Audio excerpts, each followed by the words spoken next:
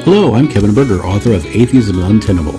I'm explicitly irreligious and agnostic. I don't need apologetics because there's no need to defend an argument that I don't make, and I can't logically shift the burden of proof for a claim I don't make.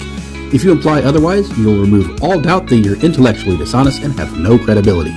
This is justified nonetheless. Please like, subscribe, share, and ring that notifications bell. In my last video, I discussed the distinction between doxastics and epistemology, and the difference between doxastic dispositions and epistemic dispositions. I explained that because beliefs are the attitudes that we have about claims, because a person can't have an attitude about a claim without first knowing what the claim is, to discuss belief, disbelief, or the alleged absence of it in these terms is intrinsically incoherent. That is to say that while, yes, there is a presumption of innocence, for example, the doxastic disposition of a random person living in China toward another random person living in Sweden who has been indicted for a crime isn't guilty, innocent, not guilty, or not innocent, or anything else. They don't have an attitude because they aren't even aware that anyone has been accused of anything. To say otherwise is nonsensical.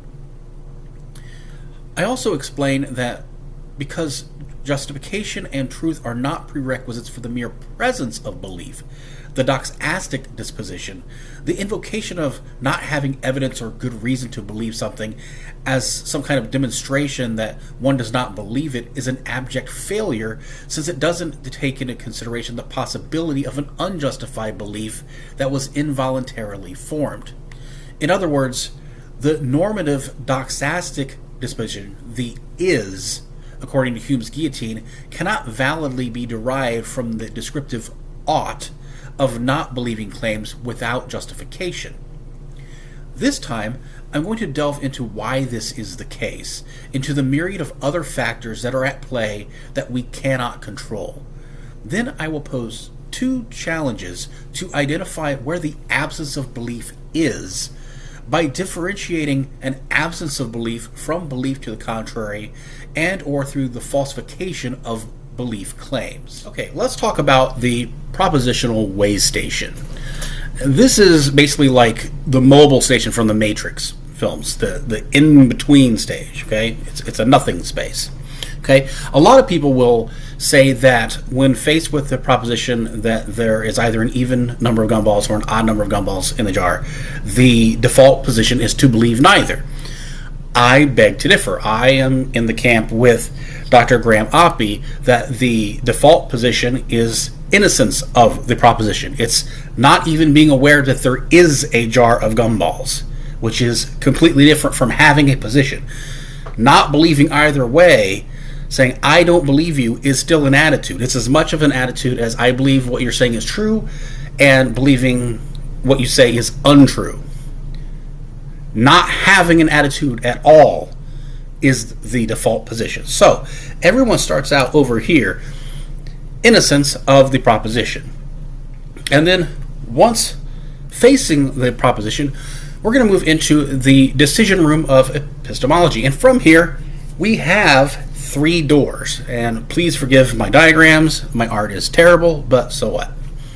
From here, we know for sure that we can move into the door that I have marked as KSP, where K denotes knowledge under the canonical definition of knowledge as justified true belief, or JTB. So we have KSP equals JTB ESP. It's the same thing.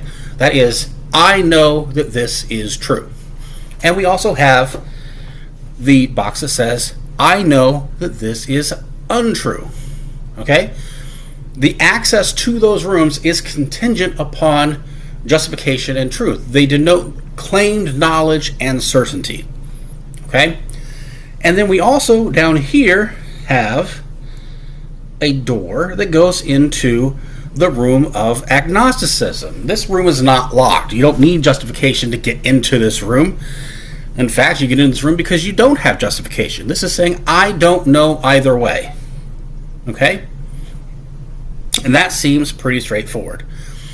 And then from here, we have doors that go into believing that is true. It's like, I don't know, but seems more likely than not. We have a door that goes into believing that it's not true. It seems more likely that it's not true. So far, so good. And hypothetically, we have this room that is not believing either way. Okay? That room has not been demonstrated to exist. Recall, we've already pointed out that these rooms can be accessed without claiming knowledge or certainty or justification. So, when we ask the question, do you believe that there's an even or an odd number of gumballs in the jar, and someone says, I don't have enough evidence, I don't have the justification, I don't have a good reason, I don't, whatever it is, they're trying to walk through this door again. We've already addressed the fact that you don't know, that you're not certain, that you're not making a claim, etc., etc. You've already passed through that door. You can't go through that door again. So that does nothing to get us through this door, or to verify that this door exists, or to verify that this room exists. Now, some people will insist that room still exists, okay? And they'll also point out that I've got that backwards, because the way it seems there is that belief is a subset of knowledge. It's actually the other way around. Knowledge is a subset of belief. Okay, so let's look at another analogy here. Now we have club belief. Okay? And propositions show up, and they always show up in pairs. Okay? It's like you got the good twin and evil twin situation going on, right? It's, there's an even number of gumballs, or there is not an even number of gumballs, which is the same thing as that there is an odd number of gumballs. They're always going to come in pairs, okay? Then you got the doormen here, the bouncers, and they're standing out there, and they're like, whoa, whoa, whoa, whoa, not so quick. You got your evidence requirement, you got your argument requirement, you got your reasoning requirement, and they're saying, you're not going inside unless you meet our requirements for justification, okay? That's the way that people kind of picture this, okay? But what really happens is, if it doesn't meet that, then the propositions, they sneak around to the back, okay? They go around to the back door, and in the back door, you've got social pressures, you've got intuition, system one processing, upbringing, pre-existing beliefs, personal experiences, cognitive factors, emotions, beliefs, biases, cultural influences. You've got all these other things. And they don't care about justification. They just look at the proposition and are like, does this person fit in with us? And do we think that we can have a good time with them? Okay? And that's how you end up with unjustified beliefs. So this is what people apparently think belief formation looks like. That you have these three things that are kind of flowing around and around each other, and your belief formation is based on, okay, do I have sound reasoning for this? Do I have good philosophical arguments to support it? Do I have evidence that supports this? Okay? And they think that some combination of these three things is what causes one to form a belief in a particular proposition. This is what belief formation is actually like. You have all of these different things that are all going on simultaneously, and it only takes one of them for you to form a belief. And most of them are not in your control, because most of these are occurring below the conscious level. It's a way more messy process than what people take into consideration, because they're looking at it from a propositional logic lens, and that's not how it works. So here we have information about the comparative phenomenology of brain activity of atheists versus religious people. We have already had multiple clinical studies that have substantiated a genuine difference in the brain activity between atheists and religious people. So what I suggest is, it's not that unreasonable then to expect that the claimed difference between the brain activity of people who express a belief in the non-existence of deities and those who express a lack of belief in the existence of deities be substantiated in similar fashion, because that is what beliefs are. So, in conclusion, not knowing, non-assertion, uncertainty, lack of justification, vacillation, a desire to believe only true propositions, etc., cannot logically be invoked for the presumption of an absence of belief, because knowledge, assertion, certainty, justification, closed-minded, etc., are not requirements for the presence of belief. Conceptual, logical, and semantic differences between not believing X and believing not X are insufficient to demonstrate the claim, because those are the descriptors, and this does not imply a difference in the brain activity to which they refer.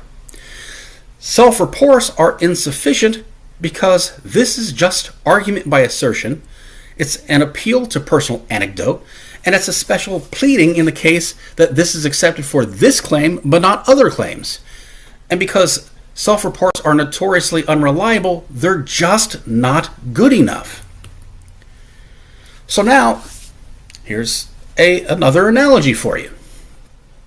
A thought experiment. Subject A believes that deities do not exist, but does not assert this as knowledge. Subject B only lacks belief in deities, and Subject C claims to know that deities do not exist. Okay? So we have someone who makes the knowledge claim, gods aren't real. Well, then that tells us we know who Subject C is. We can rule that person out. But since both of the other subjects can make both statements, they can both say, I don't believe there's no God, I just don't believe that there is one, and they can say, I believe there's no such thing, but I may be wrong. How can we reliably determine who is Subject A and who is Subject B? By what independently verifiable means can we distinguish Subject A from Subject B now that we've already dealt with Subject C? The knowledge and the claim of knowledge, the question of certainty and justification, all of that has already been addressed. How do we tell Subject A from Subject B? I have no idea. So now let's talk about Bob. Bob says, I don't believe. Say, for example, Bob says, I don't believe that the earth is flat. How would one go about falsifying this statement to demonstrate that Bob actually does believe what he says he does not believe? If it's argued that this isn't possible, then the statement is unfalsifiable, and it can and should be rejected on that basis. Indeed, this is the very reason many give for why the God claim should be dismissed. So there's the question of logical consistency there. If it is argued that the statement can be falsified through behavior, then not only does the presence of any action that Bob takes potentially falsify his claim, it falsifies the concept of non-belief outright. This is particularly true in the light of atheistic activism, secularism, abstention from religious practices and traditions, argumentation against theism, and derision towards theism and theists, for which the belief in the non-existence of deities holds explanatory power that a genuine absence of belief does not. An absence of belief can't explain anything. This leaves, as far as I can tell, falsification through some sort of brain scan, since that's what beliefs are, their brain activity, and since this form of evidence has not been presented, the dismissal of the claimed assertion is justified, if not obligatory. Alright, so there are the two challenges. One, given that self-reports are notoriously unreliable, amount to an appeal to personal anecdote and argument by assertion, that this sort of testimony is rejected as insufficient by atheists when it comes to religious experiences.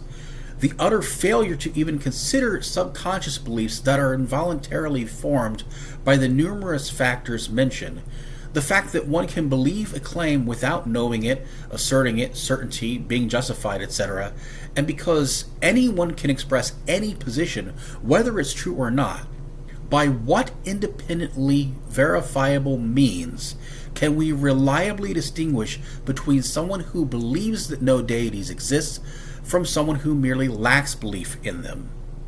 And 2, how can we falsify someone's belief claim and demonstrate that they actually do believe what they say they do not believe, or that they don't believe what they say they do? Is this even possible?